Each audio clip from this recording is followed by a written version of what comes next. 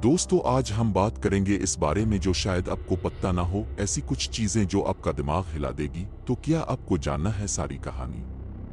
अगर जाननी है तो वीडियो को मेरे साथ आखिर तक लाजमी देखना है, क्योंकि आखिर में एक बड़ा सस्पेंस छुपा हुआ है। ये कहानी हमें हजारों साल पीछे ले जाती है, इस दौर में जब नक्शे आज जैसे नहीं थे। सरहदें लकीर नहीं बल्कि तलवार की नोक से बुनती थीं, और ताकत का मतलब सिर्फ फौज, घोड़े, रथ और फौलाद था।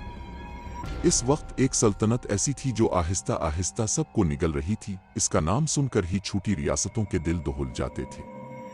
ये सल्तनत जहां जाती वहां की जमीन, खजाने और लोग सब उसके काबू में आ जाते।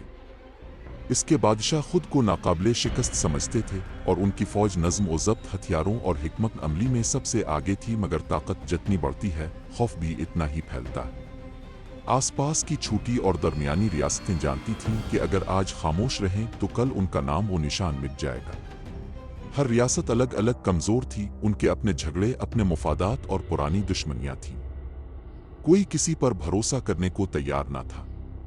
लेकिन तारीख में कभी कभी ऐसा लम्हा आता है जब दुश्मनी से बड़ा खतरा सामने खड़ा हो जाता है। क़िरक़ीर का इलाका इस जमाने में एक अहम मकाम था। ये जगह सिर्फ जमीन का टुकड़ा नहीं थी बल्कि रास्तों का संगम थी, जहां से गुजर कर तिजारती काफिले भी जाते और फौजी लश्कर भी। जिसके हाथ में क़िरक़ीर होता वो पूरे खित्ते पर नजर रख सकता था। यही वजह थी कि ताकतवर सल्तनत की नजरें भी इस पर जिमी हुई थीं, और यही वजह थी कि बाकी रियासतें बेचैन थीं। एक एक करके पैगामात भेजे गए, खुफिया मुलाकातें हुईं। रात की तारीकी में कासिद घोड़ों पर सवार होकर सरहदें पार करते। वही रियासतें जो कल तक एक दूसरे को बर्दाश्त नहीं करती थीं, आज एक ही खैमे में बैठकर बात करने पर मजबूर थीं। ये कोई आसान फैसला नहीं था। 12 सल्तनतें, 12 बादशाह, 12 गुरूर और एक ही दुश्मन। सवाल ये था कि क्या ये इत्तेहाद कायम रह पाएगा, आमदान जंग में टूट जाएगा? आखिरकार फैसला हो गया। अगर लड़ना है तो इकट्ठे होकर, वरना बारी बारी सब खत्म हो जाएंगे। यूं तारीख में पहली बार इस खित्ते की 12 मुख्तलिफ सल्तनतों ने एक मुश्तरका फौज तैयार की। ये फौज रंगों, जुबानों और अंदाज में मुख्तलिफ थी, मगर मकसद एक था, इस एक ताकतवर सल्तनत को रोकना जो सबको गुलाम बनाना चाहती थी। जब दोनों तरफ की फौजें क़िरक़ीर के करीब पहुंचीं तो फिजा में अजीब सा तनाव था। गर्द व गुबार के बादल, हजारों कदमों की धमक, घोड़ों की हुनहुनाहट और रथों की चरचराहट, ये सब मिलकर एक खौफनाक मंजर बना रहे थे। सूरज की रोशनी हथियारों से टकराकर आंखों को चुंधिया रही थी। ये सिर्फ एक जंग नहीं थी, ये ताकत और बका का इम्तिहान था। ताकतवर सल्तनत की फौज तादाद में कम होने के बावजूद तजर्बे में बहुत आगे थी। उनके सिपाही बरसों से लड़ते आ रहे थे। उन्हें मालूम था कि किस लम्हे आगे बढ़ना है और किस वक्त पीछे हटना है। दूसरी तरफ इत्तेहादी फौज तादाद में ज्यादा थी, मगर हर दस्ता अपने बादशाह के हुक्म का मुंतजिर था। यहाँ इत्तेहाद था मगर मुकम्मल हम आहंगी नहीं। जंग का आगाज हुआ। तीर फिजा में, अलिफाड़ी ढालें टकराईं और जमीन खून से तर होने लगी। एक लम्हे के लिए ऐसा लगा कि इत्तेहादी फौज अपनी तादाद के जोर पर दुश्मन को पीछे धकेल देगी। मगर फिर ताकतवर सल्तनत की मुनज़्ज़म चालें सामने आईं। उनके रथ दाएं बाएं से हमला करते और पैदल फौज सीधा दबाव डालती। दान जंग चीखों धात की आवाजों और गिर्द में डूब चुका था। कई घंटों तक जंग जारी रही। कोई फैसला सामने नहीं आ रहा था। दोनों तरफ नुकसान हो रहा था। इत्तेहादी बादशाह एक दूसरे की तरफ देख रहे थे। उनके दिलों में शक भी था और उम्मीद भी। अगर आज पीछे हटे तो सब खत्म, अगर डटे रहे तो शायद तारीख बदल जाए। यही वो लम्हा था जब क़िरक़ीर की जंग ने अपना असल चेहरा दिखाया। ये सिर्फ ताकत की जंग नहीं रही, ये हौसले की जंग बन गई। इत्तेहादी फौज के सिपाही जानते थे कि उनके पीछे उनके शहर, खानदान और मुस्तकबिल खड़ा है। उन्होंने आखिरी जोर लगा दिया।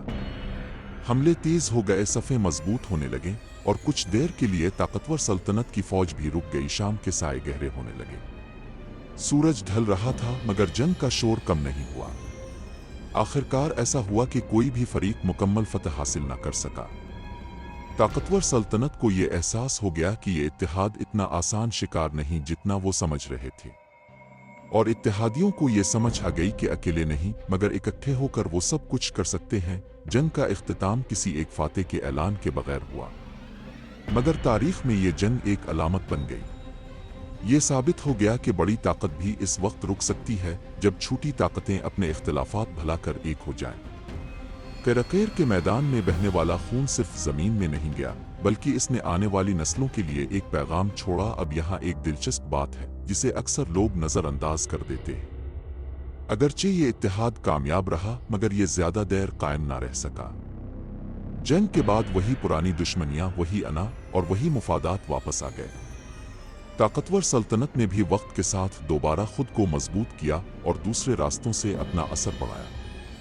यानी ये जंग वक्ती रुकावट थी, मुकम्मल अंजाम नहीं, और अब वो सस्पेंस जिसका वदा शुरू में किया गया था।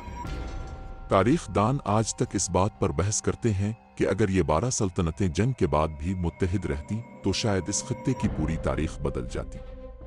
शायद वो एक नई ताकत बन जाती, शायद वही ताकतवर सल्तनत हमेशा के लिए रुक जाती। मगर ऐसा ना हो सका, और यही तारीख का सबसे बड़ा वो अगर्त है। करकेर की जंग हमें ये सिखाती है कि इत्तेहाद में कितनी ताकत होती है और तकसीम में कितनी कमजोरी। ये कहानी सिर्फ माजी की नहीं, ये हर दूर की है। जब भी कोई एक ताकत हद से बढ़ती है तो इसे रोकने के लिए कई हाथों का इकट्ठा होना जरूरी होता है। मगर असल सवाल यह है कि क्या हम इत्तेहाद को जंग के बाद भी जिंदा रख सकते हैं? यही वो सवाल है जो करकेर के मैदान से आज तक गूंज रहा है और शायद आइंदा भी गूंजता रहेगा।